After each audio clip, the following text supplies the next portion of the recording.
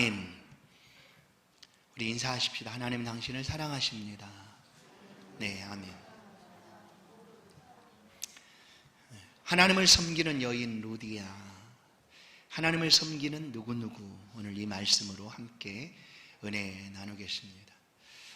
성도들에게 기도는 아주 중요합니다. 그래서 기도를 가리켜 특권이다 라고 말하기도 합니다. 기도는 하나님의 베풀어 두신 기적과 만나는 통로입니다. 기도를 통하여 홍해가 갈라지고, 기도를 통하여 여리고가 무너지고 하나님의 은혜들을 누리게 된 수많은 간증들이 있습니다. 오늘 본문에 소개되고 있는 이 루디아라는 여인 역시 기도하다가 하나님의 은혜를 경험하게 됩니다.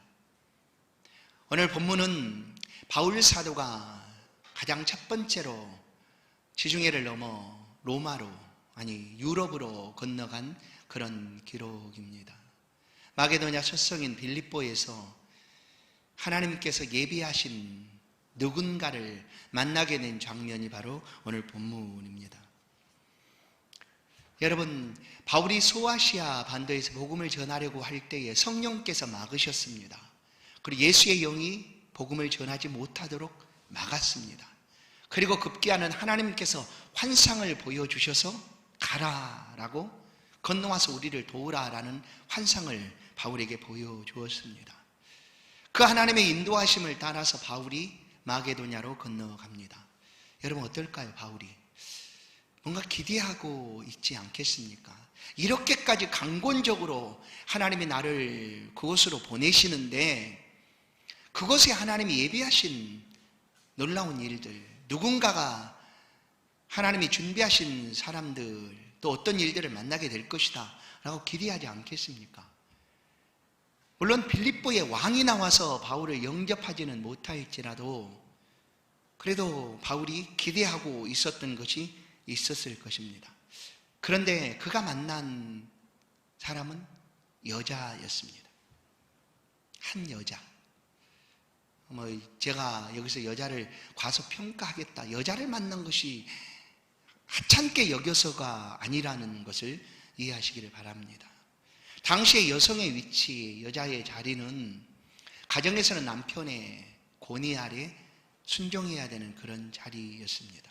사회 속에서는 여자의 숫까지도 세지 않을 만큼 그런 시대가 바로 이 시대였습니다. 그런데 그토록 하나님의 성령이 강권적으로 역사에서 건너갔던 그곳에서 바울이 만난 사람이 이 여인이었다라는 거예요. 오늘 이 말씀은 오늘 우리의 삶에서, 하나님을 섬겨가고 있는 우리의 삶에서 우리가 기대하는 것처럼 우리의 삶이 사라지지 않고, 우리가 기대하고 원하는 것처럼 하나님의 은혜가, 하나님의 풍성한 역사하심이 우리 가운데 다가오지 않을 때, 그럴 때 우리가 어떻게 해야 하는가? 바울은 이 마게도냐 첫 성인 빌립보에서 한 여인을 만나게 됩니다. 14절 말씀을 보시면 도아디라시에 있는 자색 옷감 장사로서 하나님을 섬기는 루디아라 하는 한 여자가 말을 듣고 있을 때, 이 루디아라는 한 여자를 만나게 됩니다. 근데 이 여인은 보면은 자색 옷감을 파는 장사였습니다. 오늘날로 보면 사업가죠. 여성 사업가. 당시에 이 자색 옷을 입는 사람들은 아주 부유한 계층에 있는 사람들이었습니다. 로마나 그리스의 아주 유력한 사람들. 영화를 보면 이런 상원 의원들이 걸치고 있는 그런 아주 좋은 옷감들. 그러니까 루디아라는 여인이 만나게 되고 관계하는 사람들은 아주 높은 지위에 있는 사람들을 만났을 것이다 라는 것이죠. 그러면 이 여성이 사업을 이렇게 하니까 바쁘지 않았겠습니까? 바쁩니다. 사업하는 사람들은 바쁘다라고 얘기하죠. 오늘날도 마찬가지입니다. 아주 바쁩니다. 어떤 교회 성도가 목사님께 찾아왔습니다. 목사님, 제가 이제 사업을 시작하려고 하는데 목사님 사업을 위해서 좀 기도 좀 해주십시오 하고 기도 부탁을 했습니다.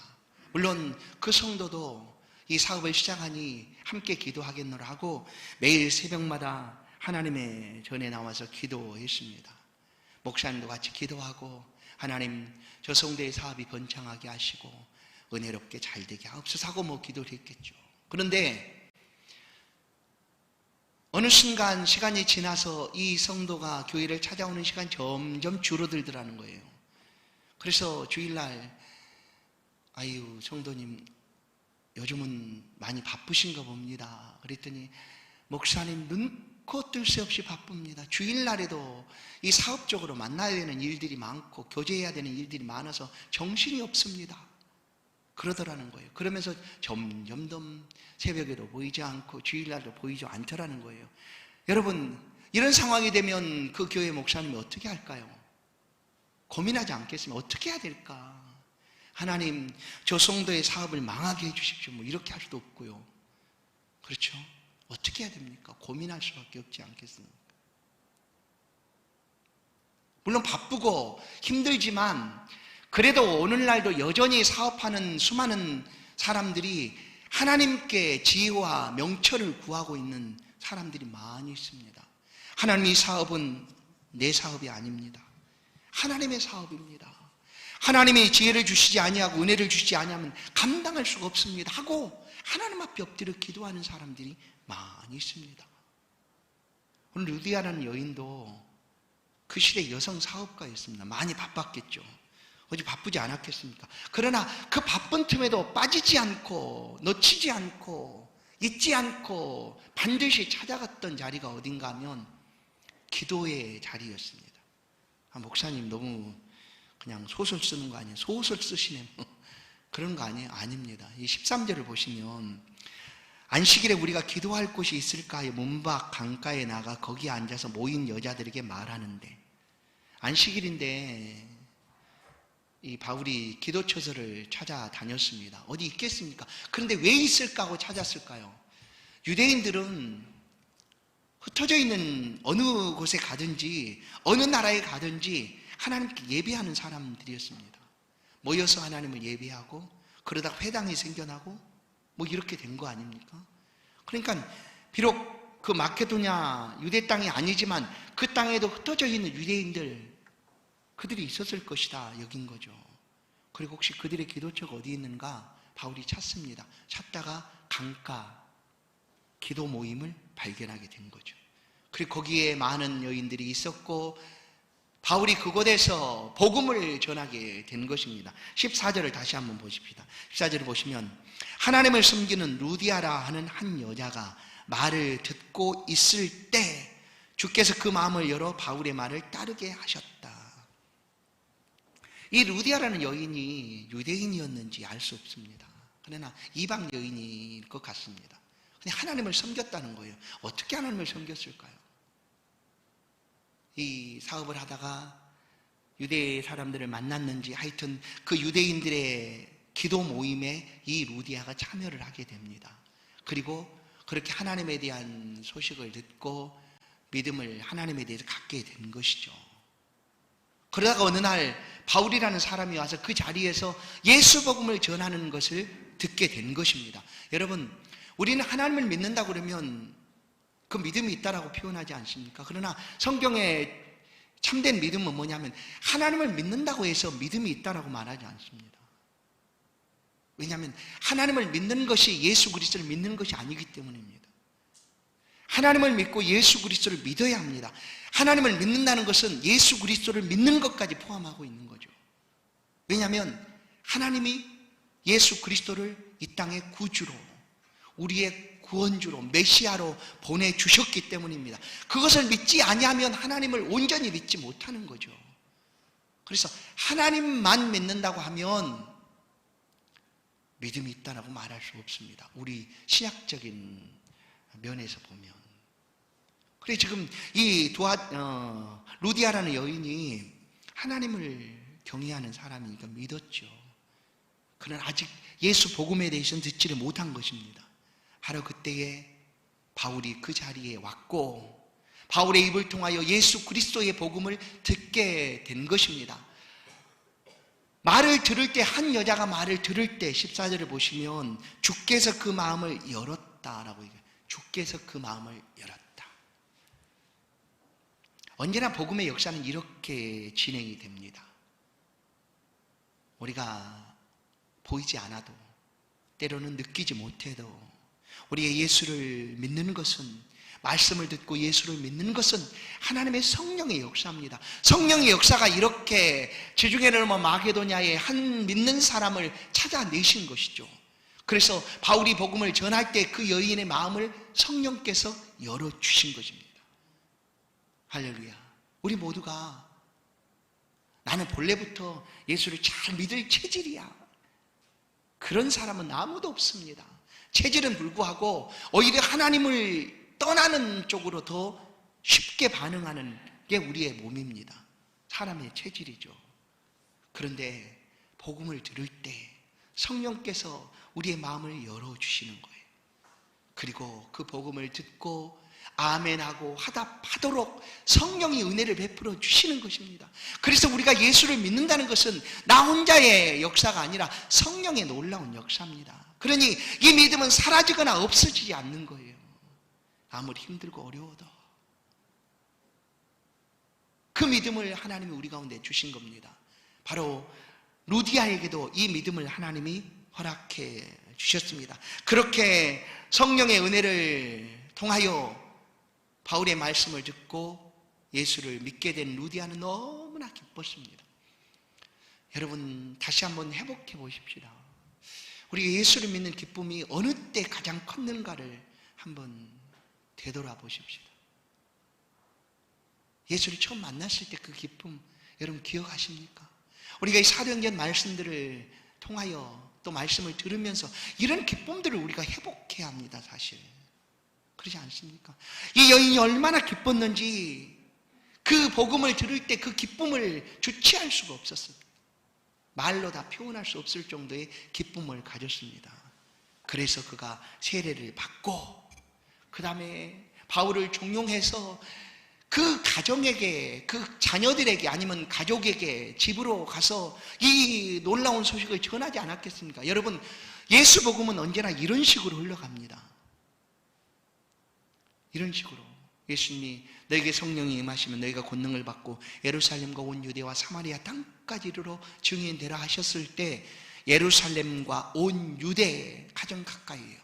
예수를 믿는 내 가정, 내가 사랑하는 사람들을 통해서 그 기쁨이 전해지게 되는 겁니다. 그렇게 점점 더 퍼져가고 확산되는 것이 복음의 역사입니다. 이 기쁨을 주체하지 못했던 루디아는 온 가족이 다 예수를 믿을 수 있도록 복음을 전합니다.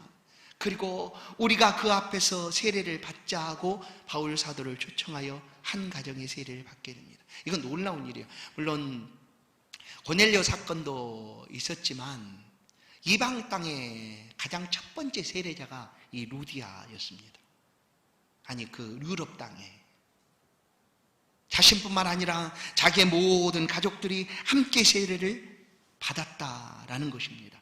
거기서 그치지 않습니다. 15절을 보시면 만일 나를 주 믿는 자로 알거든, 이제 만일 나를 주 믿는 자로 알거든. 오늘 말은 뭡니까? 예수 믿는 사람으로 알거든. 내 집에 들어와 유하라 하고 강권하여 머물게 하였다. 한번 그냥 그 인사치레를 건네는 말이 아니었습니다. 여러분, 언제 한번 밥 먹죠, 뭐 이런 게 아니에요. 지금 바울은 하나님이 강권적으로 환상까지 보여주며 그 아무도 없는 마게도냐 유럽 땅으로 넘어가게 했는데 그곳에 바울을 위하여 준비된 것이 사실 아무것도 없습니다. 바울이 거할 집도 없습니다. 유력하게 만나서 그 의논하고 할 그럴 사람도 없습니다. 딱 한 여인만 만난 거예요. 그런데 그 여인이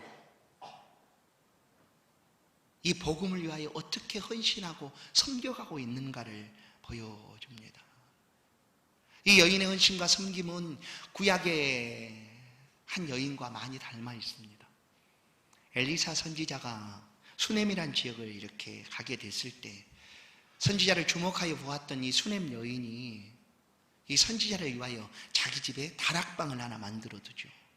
다락방.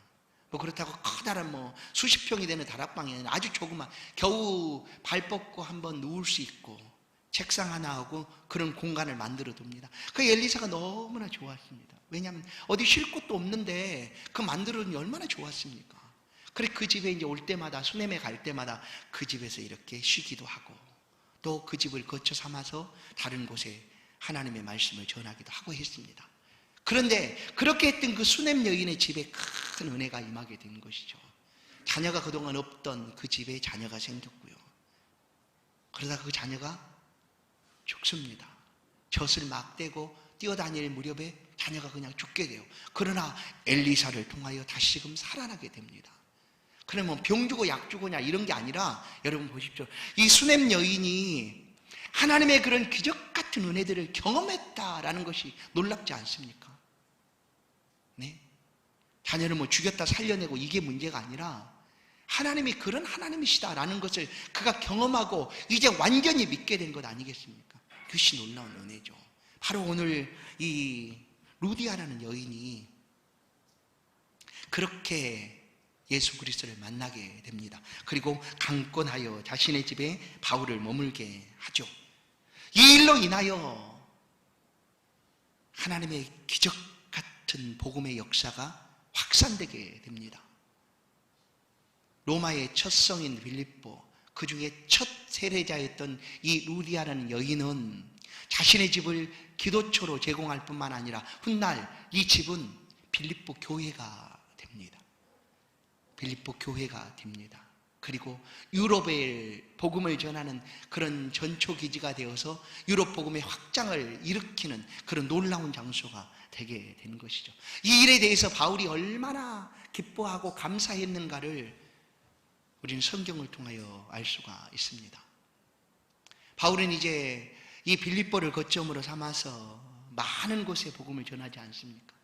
에베소도 가고 라오디게아도 가고 그 요한계시록의 교회, 7교회, 그 교회들이 다 이곳에 있는 교회들입니다. 그리고 로마에 압송되어 감옥에 갇히게 됩니다. 그 감옥에 갇혀있는 동안 바울 마음속에 품었던 교회가 바로 이 빌립보 교회였습니다. 그리고 그 교회를 향하여 서신을 보내게 되는데, 그 서신을 통하여 바울이 얼마나 이 교회를 통하여 기뻐하고 감격해 하는지를 알 수가 있습니다. 빌립보서 1장 8절을 보시면 내가 예수 그리스도의 심장으로 너희 무리를 얼마나 사모하는지, 바울의 고백입니다. 빌립보 교회를 향한 그의 고백입니다. 아니, 한 여인을 만나고 그 여인의 집에서 시작된 그 교회를 향한 바울의 고백입니다. 내가 예수 그리스도의 심장으로 너희 무리를 얼마나 사모하는지. 바울의 사랑이 담겨져 있습니다. 빌립보 4장 1절은 그러므로 나의 사랑하고 사모하는 형제들, 나의 기쁨이요 면류관인 사랑하는 자들아 라고 그들을 표현합니다. 바울의 면류관이었고 기쁨이 바로 그 교회였습니다. 한 여인이었죠. 또 빌립보 4장 4절 주 안에서 항상 기뻐하라, 내가 다시 말하노니 기뻐하라. 그래서 바울은 옥중에서 이 서신을 썼지만 이 서신의 별칭은 뭐냐면, 별명은 기쁨의 서신이 바로 빌립보서의 별명입니다. 그렇게 바울은 처음에 기대하고 넘어갔지만 그가 만난 것은 여인에 불과했습니다. 그러나 이 여인을 통하여 하나님의 놀라운 기적 같은 복음의 역사가 나타나게 된 것이었습니다. 여러분, 이제 우리의 삶으로 한번 돌아와 보십시다. 오늘 우리가 바울처럼 예수 그리스도를 믿게 되지 않았습니까? 어떻게 해요? 하나님 우리를 강권해서 불러내셨죠. 우리를 구원해 내시고 그리고 우리에게 구원의 은혜를 베풀어 주셨습니다.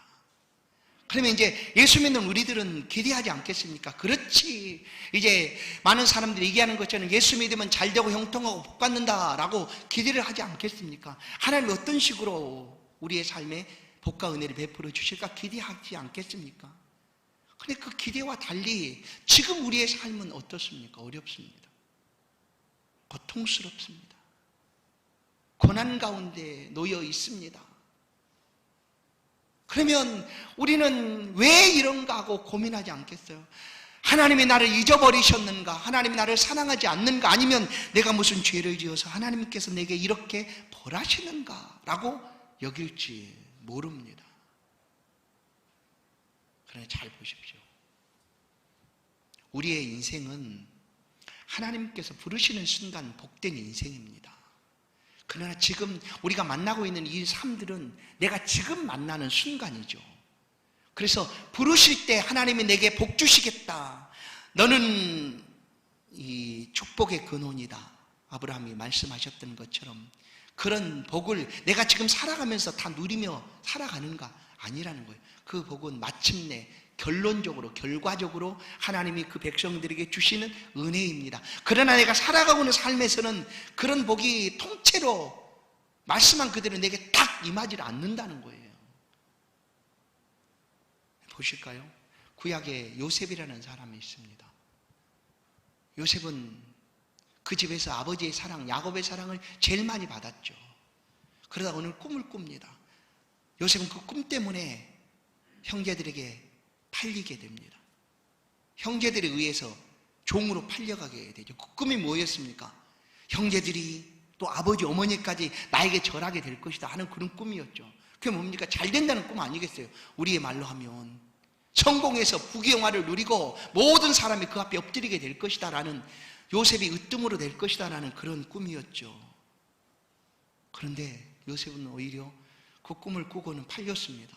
종이 되었고 억울하게 옥살이를 해야 했고 오랜 시간 고통 속에서 살아가야 했습니다. 그런데도 하나님은 그 창세기를 보면 하나님이 요셉과 함께 하심으로 형통하였더라라고 얘기해요. 형통하였더라. 과연 그게 형통한 삶입니까? 옥속에 갇히고 억울하게 누명을 쓰고 힘들게 살아가는 그 삶이 형통하느냐 하는 거예요. 오늘 우리 삶과 같지 않습니까? 근데 하나님이 형통하였더라 얘기해요. 말씀한 그대로 요셉은 형통한 삶을 살아가게 됩니다. 마침내 국무총리가 되어서 모든 사람들을 살려내는 그런 사람이 되는 거죠. 이것은 요셉의 결론이에요. 그러나 오늘 우리의 삶의 결론은 내가 알지 못해. 아직 다 몰라요.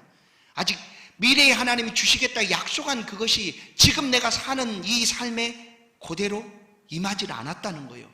지금은 힘들고 어렵습니다. 그러나 장차 하나님이 주신 은혜를 마음껏 누리고 그 영광을 높이며 찬양하게 될 그때가 우리 가운데 다가올 것입니다. 그것을 믿고 우리가 신앙을 살아가는 거 아닙니까? 우리가 믿는 신앙의 내용들이 있습니다. 우리가 다 믿고 있는 거죠. 그걸 정리해보면 이렇습니다. 저도 그렇고 여러분도 그렇게 믿고 있습니다. 뭡니까? 첫 번째는 하나님이 전능하시다. 믿습니까? 믿습니까? 하나님이 전능하신 분이다 라는 거예요. 그러면 이 전능하시다고 믿는다고 하면 못하시는 것이 없는 분이시다. 모든 우주의 만물의 주인이 되신다라고 믿는 거죠. 그 두 번째는 뭐냐면 저도 믿고 여러분도 믿는 겁니다. 두 번째는 그런 하나님이 나를 어떻게 하신다? 사랑하신다. 아멘. 별로 안 사랑한다고 생각. 그런 하나님이 나를 사랑하신다. 그걸 믿는 거 아닙니까? 믿죠?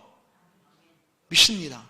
그러면 이제 여기까지만 믿으면 우리는 문제될 게 하나도 없다고 생각을 해요. 그렇지 않습니까? 야, 하나님이 모든 것 아시고 모든 것 하실 수 있는 분이고 또 그 하나님이 나를 사랑하시는데 내 삶이 형통하지 않을 수 있겠느냐라고 우리는 생각합니다.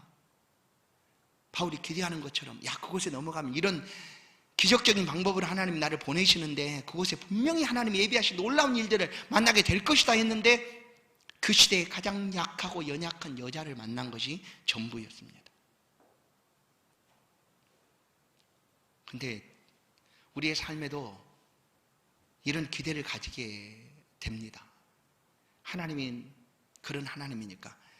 얼마 전에 우리 사회를 좀 흔들어 놓은 그런 사건이 일어났어요. 그게 뭐냐면 교무처장인 아버지가 자기 두 딸을 위해서 마음껏 능력과 사랑을 담아서 자녀에게 해준 게 있어요.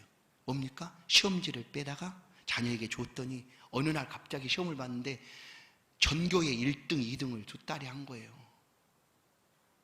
그래서 이제 문제가 돼갖고 밝혀진 게 그 얘기 아닙니까? 그런데 혹시 우리가 하나님이 전능하시고 그분이 나를 사랑하시니까 하나님이 어떤 방법으로든지 나를 그렇게 높여주실 거다라고 여기고 믿고 있는 것 아닌가 하는 거예요.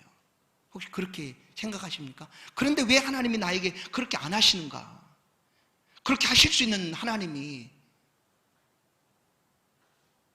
그런데 보십시오. 우리가 신앙하는 세 번째 이야기가 있습니다. 그건 뭐냐면 두 번째 하나님이 전능하시고 두 번째는 그분이 날 사랑하십니다. 그러면 이렇게만 하면 아까 그 못된 아버지, 불법과 그 불의를 행한 그 아버지 같이 하나님 우리의 삶에 그렇게 해주기를 우리가 기대할 때도 있다라는 거예요. 그것은 아니지 않습니까? 그 세 번째는 뭐냐면 하나님이 우리를 사랑하시는 방법이 뭔가를 우리가 알아야 되는 거예요. 하나님의 일을 행하시는 방법이 어떤 방법인가 하는 것을 우리가 알아야 돼요. 그것까지 알면 이제 지금의 삶을 우리는 잘 살 수 있는 거예요. 세 번째 방법이 뭐냐면 하나님이 우리를 사랑하시는 방법, 하나님이 우리를 통하여 하나님의 일을 행하시는 방법이 뭐냐면 고난 가운데서 하신다는 거예요. 잘 이해가 안 되십니까? 왜 하필 그렇게 하실까? 왜 고난을 주시고 그 일을 행하시는가 하나님? 그건 몰라요. 저도 왜 그러시는지는. 그냥 성경이 그렇게 써 있어요. 고난 속에서 우리를 연단시키시고 마침내 그 고난 속에서 이끌어내셔서 약속하신 그 은혜와 영광을 누리도록 하시는 것이 하나님의 방법이라는 거예요. 그래서 믿는 사람은 세상 속에 삶을 살아가면 수없이 넘어지고 쓰러집니다. 치이고 부딪히고 눌림을 받고 이 시대의 여인처럼 보이지 않게 있는 듯 없는 듯 그런 삶을 살아갈 수밖에 없는 것이 이것이 하나님의 방법이기 때문에 그렇습니다. 보실까요? 그 아들 예수 그리스도 하나님에게 독생자 아닙니까? 하나밖에 없는 아들. 그 아들을 이 땅에 보내시는데 어떻게 보내십니까? 그 아들이 온 것을 아무도 몰라요. 기억도 못해요. 이사야 53장을 한번 가보십시오. 이사야 53장을 보시면 1절부터 3절 말씀을 한번 같이 읽겠습니다. 합독해서 읽읍시다. 시작. 우리의 전하는 것을 누가 믿었느뇨?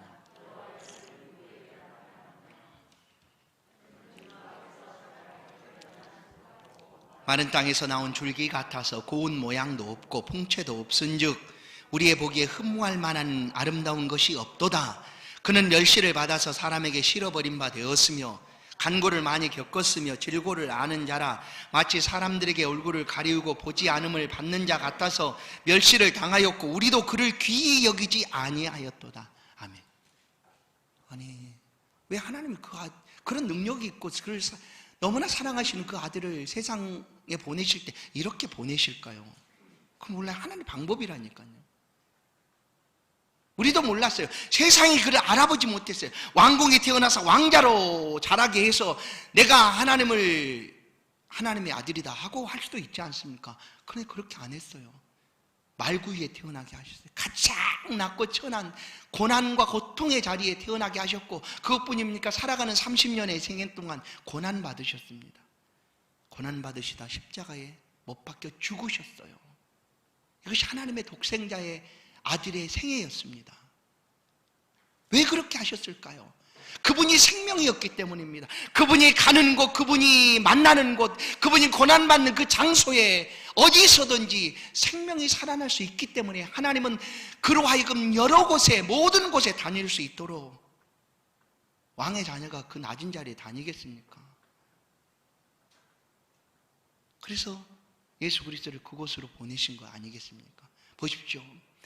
그리스도께서 고난을 받지 않으셨다면, 십자가에 못 박히지 않으셨다면, 십자가에 못 박힌 한 강도가 어떻게 구원을 얻겠습니까? 오늘 내가 나와 함께 낙원에 있으리라 라는 음성을 그가 어떻게 듣겠습니까? 그냥 십자가에 죽어가고 그만이죠. 그 고난의 자리에 이르렀기 때문에 그 자리에서 예수 그리스도는 그를 건져내신 것입니다. 그래서 성도들은 사실 어느 한 장소에 머물러 있을 필요가 없습니다. 왜냐하면 성도들한테 생명이 있기 때문에, 가는 곳마다 그리스도 예수의 생명이 살아날 수 있기 때문에 그렇습니다. 가는 곳마다. 오늘 그렇게 하나님께서 우리를 사랑하시는 방법입니다. 사도행전 4장 11절을 보시면 예수는 너희의 건축자들의 버린 돌로서 집 모퉁이의 머릿돌이 되었다. 그렇게 고난과 고통을 받으셨지만 마침내 머릿돌이 되셨고 모든 만왕의 왕이 되셔서 통치하고 계시지 않습니까? 요한복음 12장 24절을 다시 한번 보겠습니다.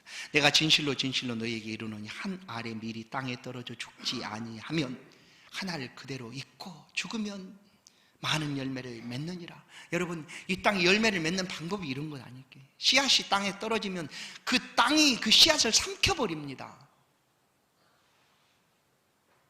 씨앗이 삼키지 못하도록 땅을 거절하고 야 나는 안 돼 하면 절대 열매를 얻을 수가 없어요. 그럼 그 씨앗은 보이지 않게 사라지죠. 그럼 놀랍게 그 사라지는 자리에 생명이 나타나는 것 아닙니까?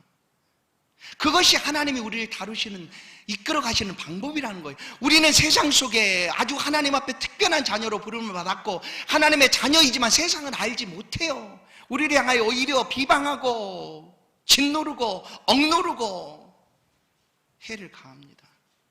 그러나 사실 그들이 우리 때문에 생명을 얻는다는 사실을 깨닫지를 못할 뿐이지, 그런 방법을 통해서 하나님은 이 세상을 구원해 가시는 겁니다.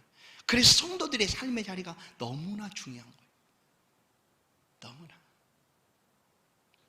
우리가 할 수만 있다면 우리도 감람산 변화산에 올랐던 그 세 제자들처럼 예수님 여기가 좋습니다. 어디요? 여기가 좋습니다. 예수님 예배하는 이 자리가 좋습니다. 기도원에 올라가면 내려오고 싶지 않을 때가 있지 않습니까? 여기가 좋습니다. 그냥 거기에 쭉 주오시는 그날까지, 주의 재림의 날까지 머무르고 싶지만 그럴 수 없다는 거예요. 세상에 치이고 알아지지 못하고 힘들고 잊혀진 듯 해도 그 속에 우리가 있음으로 인하여 생명을 살려낼 수가 있다는 겁니다. 그것이 하나님이 우리를 사랑하시는 방법이고 하나님이 일을 행하시는 방법입니다. 그래서 바울의 기대와 달리 한 여인을 만났지만 그 일상 속에 만난 그 여인을 통하여 하나님이 큰 역사를 일으키지 않습니까?